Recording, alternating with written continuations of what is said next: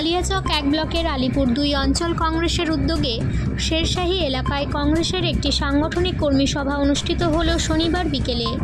সুজাপুর বিধানসভার কালিয়াচক 1 ব্লকের আলিপুর 2 অঞ্চলের শেরশাহী এলাকায় একটি সাংগঠনিক কর্মী সভা অনুষ্ঠিত হল শনিবার। 2026-এর বিধানসভা নির্বাচনকে কেন্দ্র করে এই কর্মী সভার আয়োজন করা হয় এই দিন। এই কর্মী সভায় বিজেপির বিভাজনের রাজনীতি, ওয়াকফ বিল সহ তৃণমূল কংগ্রেসের বিভিন্ন দুর্নীতি ও একাধিক বিষয় নিয়ে আলোচনা করা হয়। উপস্থিত ছিলেন মালদা জেলা পরিষদের বিরোধী দলনেতা আব্দুল হান্নান, কালিয়াচক 1 ব্লক কংগ্রেস সভাপতি মিজানুর রহমান মিয়া, আলিপুর 2 অঞ্চল কংগ্রেস সভাপতি রেজাউল হোসেন সহ অঞ্চল কংগ্রেস নেতৃত্ব।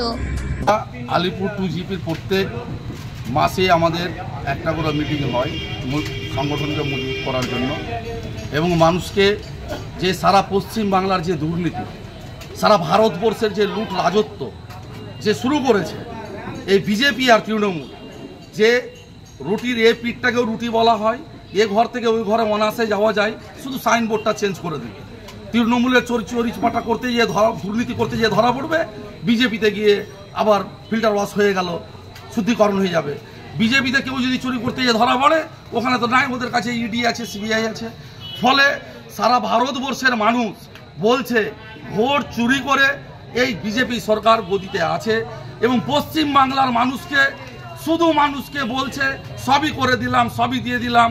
আপনার পঞ্চায়েত লেভেল থেকে জেলা পরিষদ পর্যন্ত সব চুরি রাজত্ব, প্রশাসনিক লেভেলে গাড়ি ধরা থেকে শুরু করে সাধারণ মানুষের উপরে অত্যাচার, এই প্রশাসনিক লেভেলে আমরা চাইছি এটা বন্ধ করা হোক, এই দুর্নীতিকে বন্ধ করা হোক।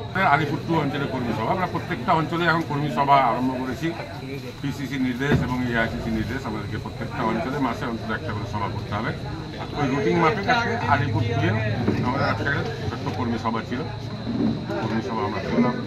আগামী 2026 বিধানসভা নির্বাচনকে কেন্দ্র করে আমরা প্রস্তুতি সভা হিসাবে আজকে সভা